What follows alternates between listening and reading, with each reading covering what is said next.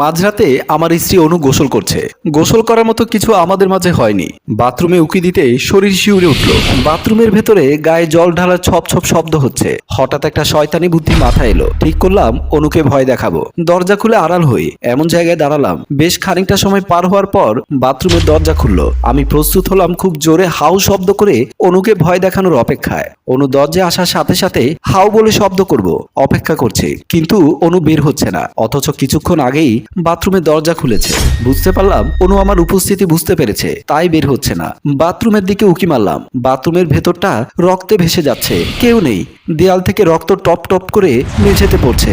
আমি অবাক হয়ে গেলাম। এতক্ষণ যে শব্দটা শুনেছিলাম সেটা তাহলে রক্তের শব্দ ছিল, কিন্তু অনু কোথায়? আমার সারা শরীর ঘামতে লাগলো। হঠাৎ পেছন থেকে কেউ একজন আমার ঘাড়ে হাত রাখলো। চমকে পেছনে তাকিয়ে দেখি অনু। ভয়ে আমার হাত পা ঠান্ডা হয়ে গেছে। কাপা কাপা গলায় বললাম, তুমি মাত্রই বাথরুমে ছিলে না? অনু চুল মুছতে মুছতে বলল, কই না তো, 1 ঘন্টা আগে ছিলাম। বাথরুমের দিকে তাকাতে দেখলাম সব রক্ত গায়েব। আমায় বিভ্রান্ত দেখে অনু বলল, এত ভয় পেয়ে আছো কেন? রক্ত? এখানে রক্ত ছিল? ধুর, কিসের রক্ত থাকবে? অনেক রাত হয়েছে, আমার চুল বেঁধে দাও, আসো। সবটা মনের ভুল ভেবে বিছানায় বসলাম। ফ্লোরে অনু বসলো। অনুর ভেজা চুল মোছার জন্য যেন ওর মাথার পেছনের অংশে চুল সরালাম, দেখলাম ওর মাথার ঠিক পেছনের অংশে চুলের আড়ালে অন্য আরেকটি মুখ। সে মুখ কয়লার মতো আমার দিকে তাকিয়ে বিভিন্ন অঙ্গভঙ্গিমা করছে। তখনই আরেকটা বিষয় ধাতস্থ করলাম। দেখলাম ওর মাথার পেছনে সেই মুখটার মুখে হালকা রক্ত লেগে আছে, তাজা গরম রক্ত।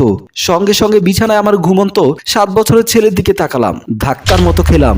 কি আমার ছেলের একই অবস্থা, ওর সারা শরীর নীল হয়ে গেছে। দেখে মনে হচ্ছে তার শরীরের সব রক্ত কেউ বের করে নিয়েছে। শরীরে যে বিন্দু মাত্র রক্ত অবশিষ্ট নেই সেটা বেশ বুঝতে পারলাম।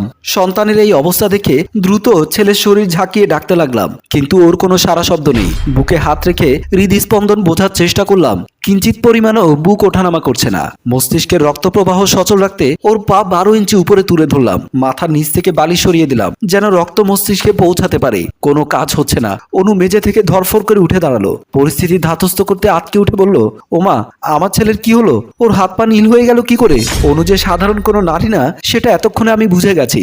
ভয়ে আতঙ্কে অনুকে প্রচন্ড একটা ধাক্কা দিলাম। অনু তাল সামলাতে না পেরে মেঝেতে ছিটকে পড়লো। ছেলেকে কোলে তুলে তড়িৎ গতিতে সিঁড়ি বেয়ে নামছি। হসপিটালে পৌঁছে দ্রুত বেডে শোয়ালাম। উপস্থিত ডাক্তার আমাকে বাইরে দাঁড়াতে বলল। আমি বাইরে দাঁড়ালাম। ছেলেকে দেখেই উপস্থিত ডাক্তাররা কানে কানে ফিসফিসিয়ে কিসব যেন বলাবলি করছে। একটু শুধু শুনতে পেলাম একজন নার্স বলছেন, আবার আরেকটা বাচ্চা? শহরে এসব কি শুরু হলো? আমি ওয়েটিং চেয়ারের সামনে দাঁড়িয়ে রইলাম। এমন সময় বাড়িওয়ালা রফিক সাহেব আসলো। আমার পিঠে হাত দিয়ে মৃদু স্বরে বললেন, সুনীত, চিন্তা একটু কমাও, আমি সব শুনেছি, ছেলের কিচ্ছু হবে না। এমন সময় একজন নার্স এসে বলল, বাচ্চার কন্ডিশন ভালো না, রক্ত লাগবে, যত ব্যাগ পারেন রক্ত জোগাড় করুন, ছেলের শরীরে রক্ত শূন্যতা চলছে। এটা বলেই নার্স চলে গেল। রফিক সাহেব বললেন, ছেলের রক্তের গ্রুপ কি?